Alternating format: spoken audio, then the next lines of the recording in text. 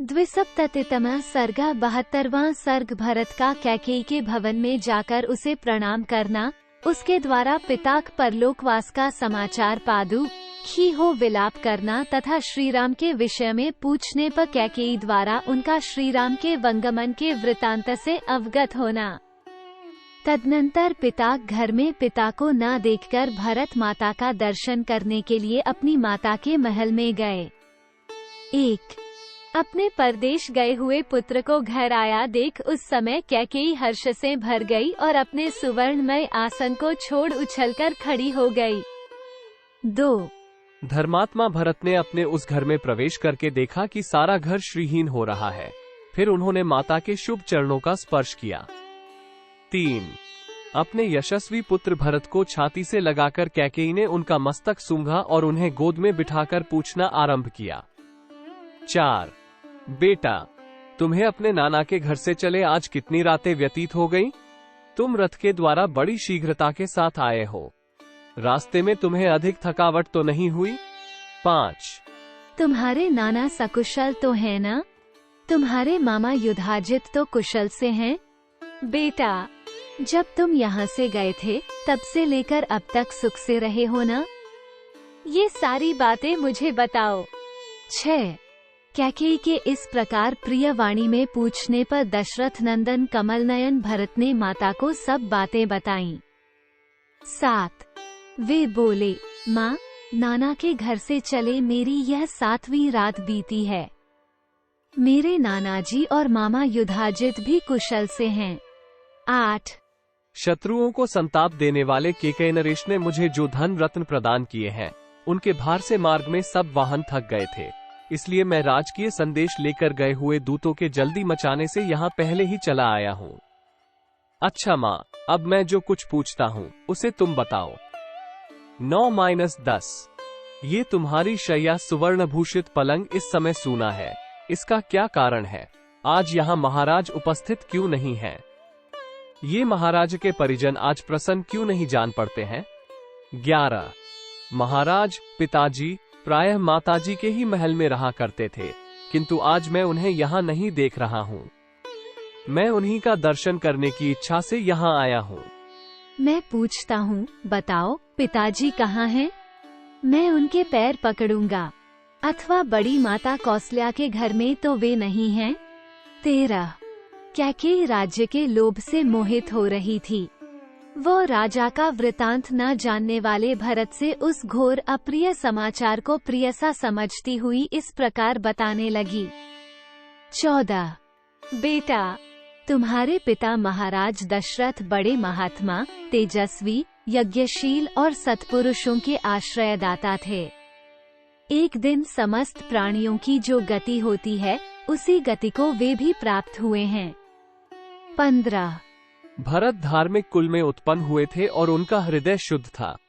माता की बात सुनकर वे पितृशोक से अत्यंत पीड़ित हो सहसा पृथ्वी पर गिर पड़े और हाय, मैं मारा गया, इस प्रकार अत्यंत दीन और दुःखमय वचन कहकर रोने लगे। पराक्रमी महाबाहु भरत अपनी भुजाओं को बारंबार पृथ्वी पर पटककर गिरने और लौटने लगे। 16-17 उन महातेजस्वी राजकुमार की चेतना भ्रांत और व्याकुल हो गई। वे पिता की मृत्यु से दुखी और शोक से व्याकुल चित्त होकर विलाप करने लगे। 18 हाय, मेरे पिताजी की जो यह अत्यंत सुंदर शैया पहले शरतकाल की रात में चंद्रमा से सुशोभित होने वाले निर्मल आकाश की भांति शोभा पाती थी, वही यह आज उन्हीं बुद्धिमान महाराज से रहित होकर चंद्रमा से हीन आकाश और सूखे हुए समुद्र के समान श्रीहीन प्रतीत होती है। 1-9-20 विजयी वीरों में श्रेष्ठ भरत अपने सुंदर मुख वस्त्र से ढककर अपने कंठस्वर के साथ आंसू गिराकर मन ही मन अत्यंत पीड़ित हो पृथ्वी पर पड़कर विलाप करने लगे। 21 देवतुल्य भरत शोक से व्याकुल हो वन में फरसे से काटे गए साखू के तने की भांति पृथ्वी पर पड़े थे। मतवाले हाथी के समान पुष्ट तथा चंद्रमा या सूर्य के समान तेजस्वी अपने शोकाकुल पुत्र को इस तरह भूमि पर पड़ा देख माता कैकेयी ने उन्हें उठाया और इस प्रकार कहा। 22-23 राजन, उठो उठो, महायशस्वी कुमार, तुम इस तरह यहाँ धरती पर क्यों पड़े हो? तुम्हारे जैसे सभाओं में सम्मानित होने वाले सत्पुरुष शोक नहीं किया करते हैं। 24 बुद्धि संपन्न पुत्र, जैसे सूर्यमंडल में प्रभा निश्चल रूप से रहती है, उसी प्रकार तुम्हारी बुद्धि सुस्थिर है। वह दान और यज्ञ में लगने की अधिकारिणी है, क्योंकि सदाचार और वेद वाक्यों का अनुसरण करने वाली है। 25 भरत पृथ्वी पर लोटते पोटते बहुत देर तक रोते रहे। तत्पश्चात अधिकाधिक शोक से आकुल होकर वे माता से इस प्रकार बोले। 26 मैंने तो ये सोचा था कि महाराज श्रीराम का राज्याभिषेक करेंगे और स्वयं यज्ञ का अनुष्ठान करेंगे। यही सोचकर मैंने बड़े हर्ष के साथ वहां से यात्रा की थी। 27 किंतु यहाँ आने पर सारी बातें मेरी आशा के विपरीत हो गईं। मेरा हृदय फटा जा रहा है, क्योंकि सदा अपने प्रिय और हित में लगे रहने वाले पिताजी को मैं नहीं देख रहा हूँ। 28 माँ, महाराज को ऐसा कौन सा रोग हो गया था जिससे वे मेरे आने के पहले ही चल बसे?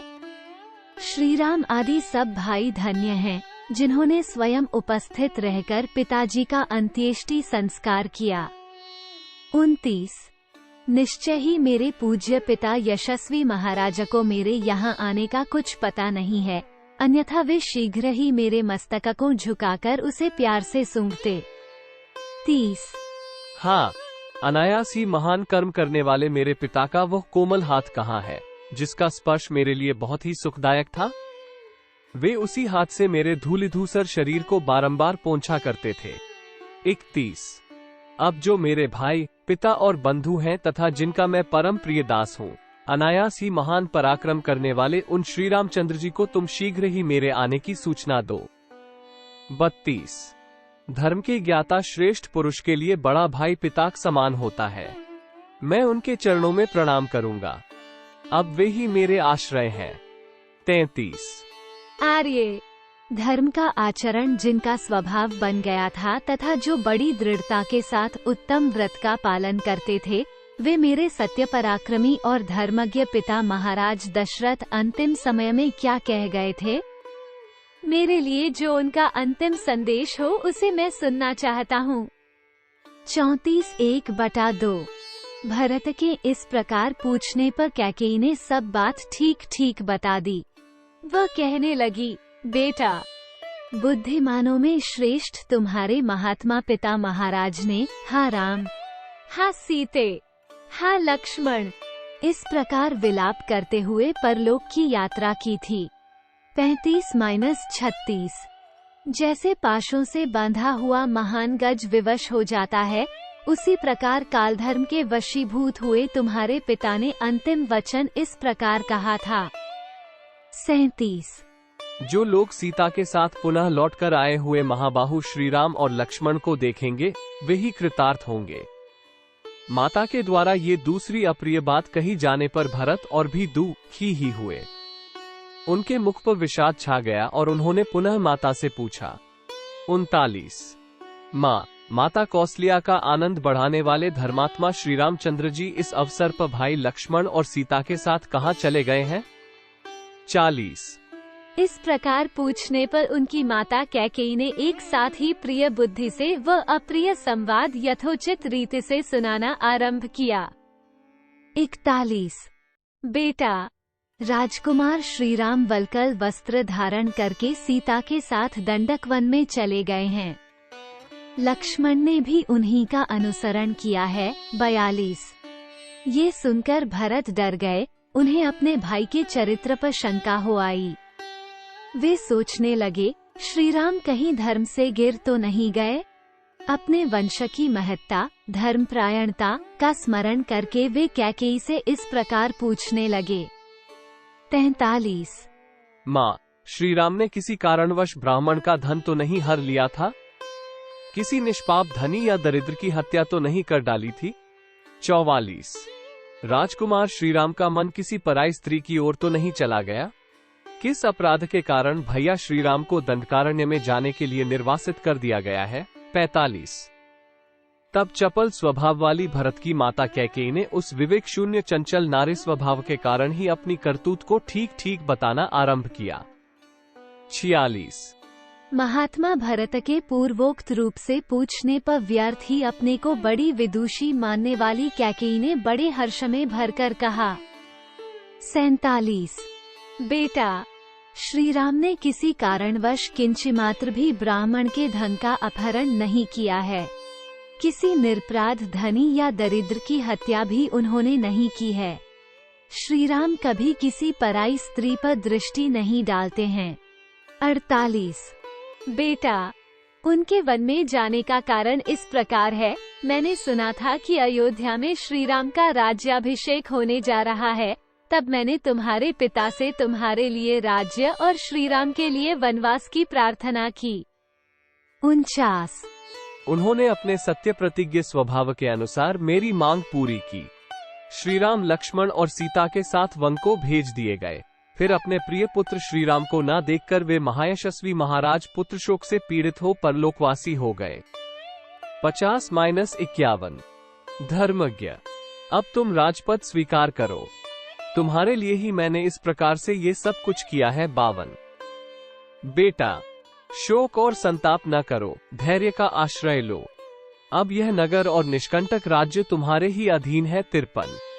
अतः वत्स, अब विधि विधान के ज्ञाता वशिष्ठ आदि प्रमुख ब्राह्मणों के साथ तुम उदार हृदय वाले महाराज का अंत्येष्टि संस्कार करके इस पृथ्वी के राज्य पर अपना अभिषेक कराओ।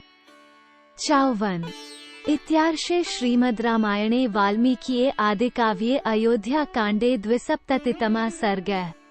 इस प्रकार श्री वाल्मीकि निर्मित आर्ष रामायण आदिकाव्य के अयोध्या कांड में 72वां सर्ग पूरा हुआ।